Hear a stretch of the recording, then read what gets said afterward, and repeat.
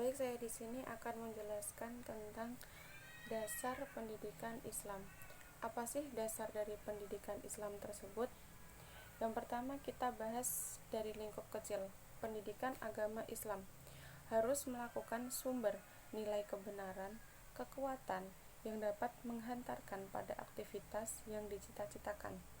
Kemudian, nilai yang terkandung harus mencerminkan nilai yang universal yang dapat dikonsumsikan untuk keseluruhan aspek kehidupan manusia serta merupakan standar nilai yang dapat mengevaluasi kegiatan yang selama ini berjalan.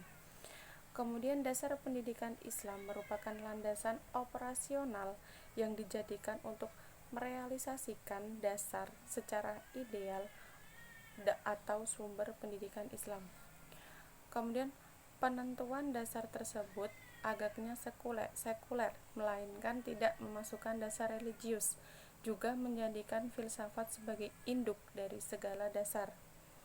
Seperti yang dikemukakan oleh Dr. Andes Said Ismail Ali pada buku Hasan Langgulung, dasar ideal pendidikan agama Islam sendiri yaitu dari Al-Quran, Sunnah Nabi, kata-kata sahabat, kemaslahatan nilai atau sosial, kemudian kebiasaan sosial, yang keenam hasil pemikiran para pemikir Islam. Pada dasar operasional sendiri, dari historis, sosiologis, ekonomi, politik, administrasi, psikologis, filosofis. Yang lebih ditekankan pada di sini yaitu pada filosofisnya. Kita lanjut pada tujuan pendidikan Islam. Apa sih tujuan pendidikan Islam tersebut? Pada hakikatnya, tujuan pendidikan Islam adalah menanamkan takwa dan akhlak serta menegakkan kebenaran dalam rangka membentuk manusia yang berkepribadian dan berbudi luhur menurut ajaran Islam.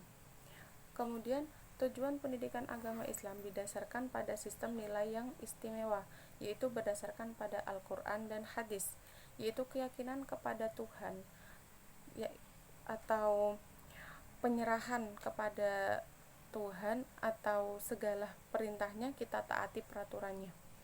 Kemudian pendidikan haruslah menjadikan seluruh manusia yang menghambanya kepada Allah.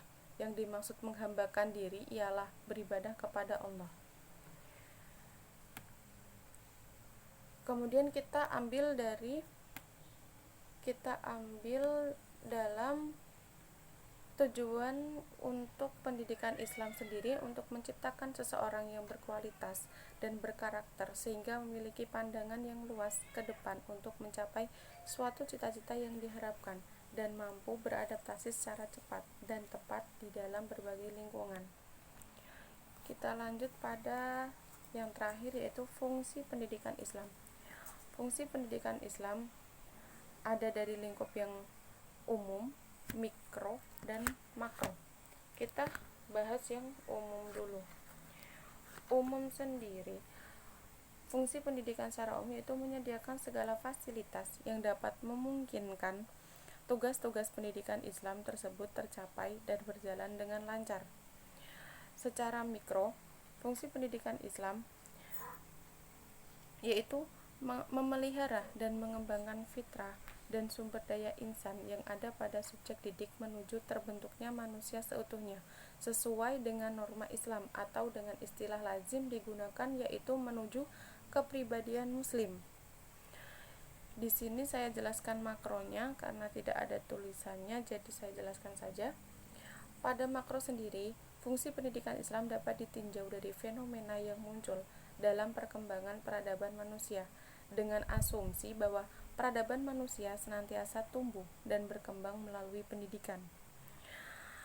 Fungsi pendidikan Islam sendiri digunakan untuk alat untuk memelihara, memperluas, menghubungkan tingkat-tingkat kebudayaan, nilai-nilai tradisional dan sosial, serta ide-ide masyarakat nasional.